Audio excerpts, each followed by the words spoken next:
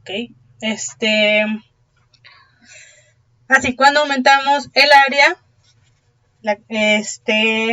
ya hablamos de densidad, ¿no? ¿Cuántos individuos hay por tal cantidad de área, ¿no? Luego hablamos, por ejemplo, cuando hablaban también, bueno, luego tenemos lo de distribución de edades o estadios, la proporción, es decir, cuántos,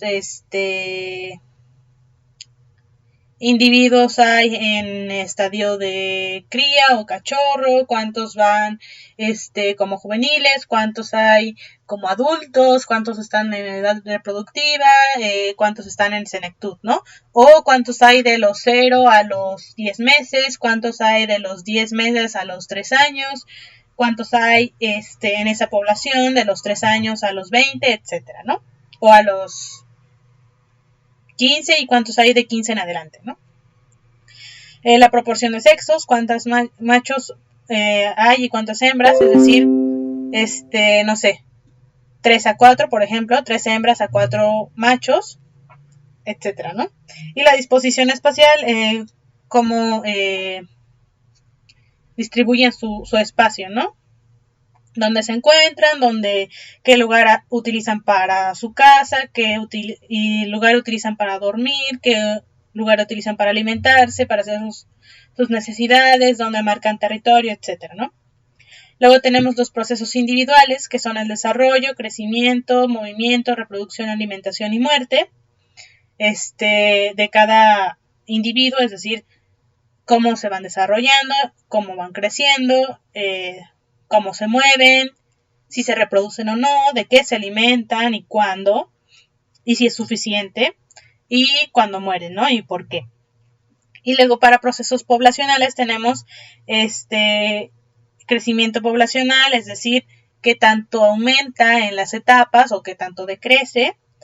Esto viene de la mortalidad y la natalidad, es decir, cuántos mueren y cuántos nacen, cuántos nuevos hay, cuántos nacen y además cuántos llegan al ahí también de la dispersión, cuántos llegan a la población de otras poblaciones y cuántos se van de esta población a otros lugares, ¿no? Dejan de ser parte de la población que estamos estudiando, ¿no? Y una vez que restamos la mortalidad, sumamos la natalidad, sumamos los que llegan y restamos los que se van, ya tenemos la población, ¿no? Cómo ha crecido o cambiado la población. Y cambios en la distribución de edades, cuántos han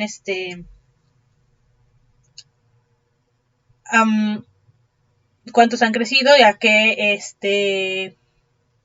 etapa han pasado, ¿no? Por ejemplo,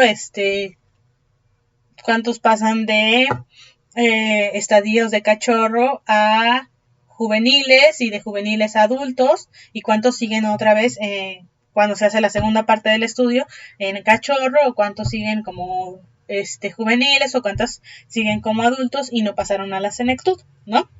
Si nos damos cuenta, estas características, si las sumamos, no directamente, o sea, si solo sumamos todas las edades o estadios, o solo todos los tamaños, o solo todos los sexos, o solo todo el comportamiento, o solo el desarrollo y crecimiento de todos los individuos, o solo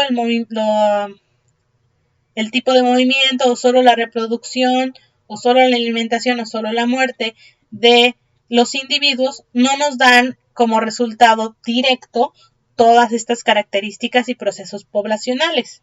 Nos dan menos. Pero si combinamos algunos de estos con estos, etcétera, entonces nos dan, por ejemplo, esto del crecimiento poblacional, por ejemplo, ¿no? O lo de la dispersión. Que sería sumando algunos y restando otros, ¿no? Bueno, perdón, combinando varias de las características y procesos individuales, nos dan las propiedades emergentes. Y aquí veíamos, nos quedamos aquí, ¿no? En que si vemos estas poblaciones, a ver,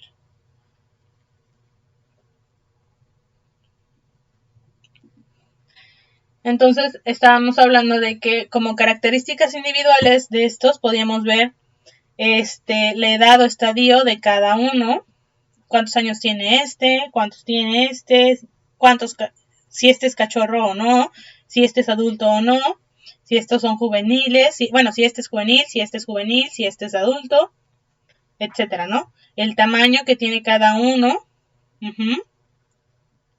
y su peso, el sexo, si este es macho hembra, si este es macho hembra, si este es hembra, si este es macho, si este es macho hembra, si este es macho hembra, bla bla bla, ¿no? Cómo se comportan, si de manera dominante o sumisa. Y luego tenemos el desarrollo o crecimiento, es decir, cómo se están desarrollando, estos cachorros están creciendo para convertirse en juveniles, cómo estos juveniles están creciendo para convertirse en adultos, etcétera, ¿no? Sus movimientos, su reproducción, quién se reproduce aquí, este se reproduce, este no se reproduce, este sí se reproduce, lo que comen cada uno y qué comen, cómo comen, cuánto comen, ¿no? Si es suficiente o no.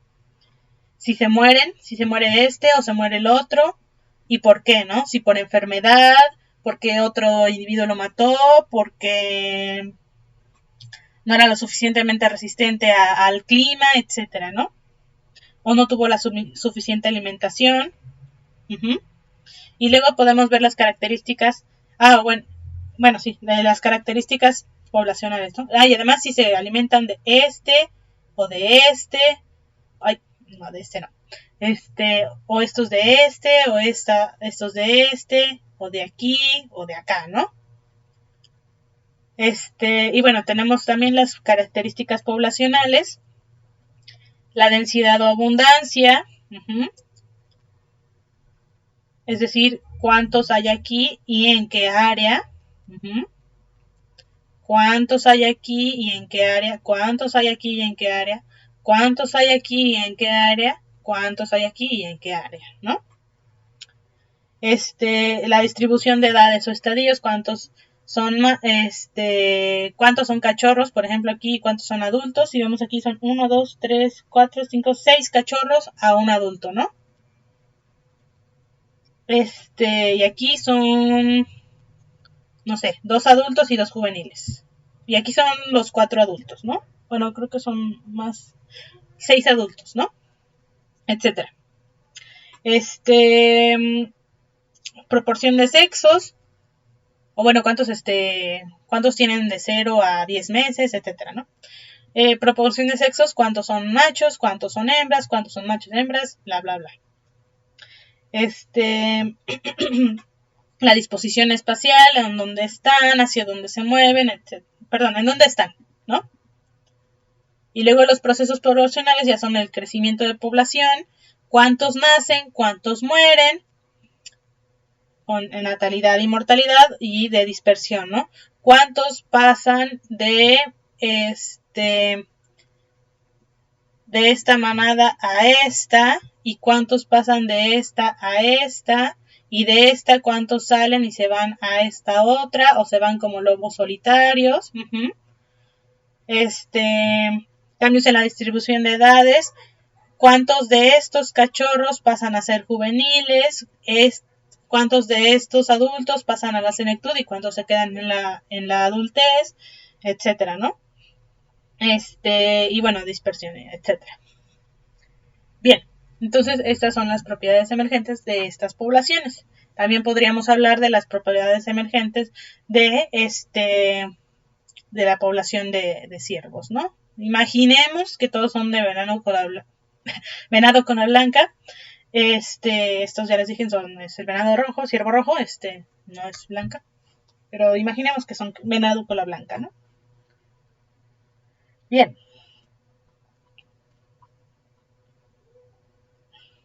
Y finalmente, para estudiar a la población, entonces,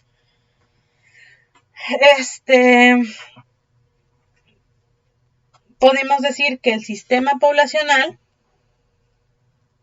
está conformado, y tenemos que verlo conformado por la población y el ambiente, ¿no? Recordemos que como es ecología de poblaciones, tenemos que ver a la población, su interacción y eso, pero también cómo interactúan con el ambiente.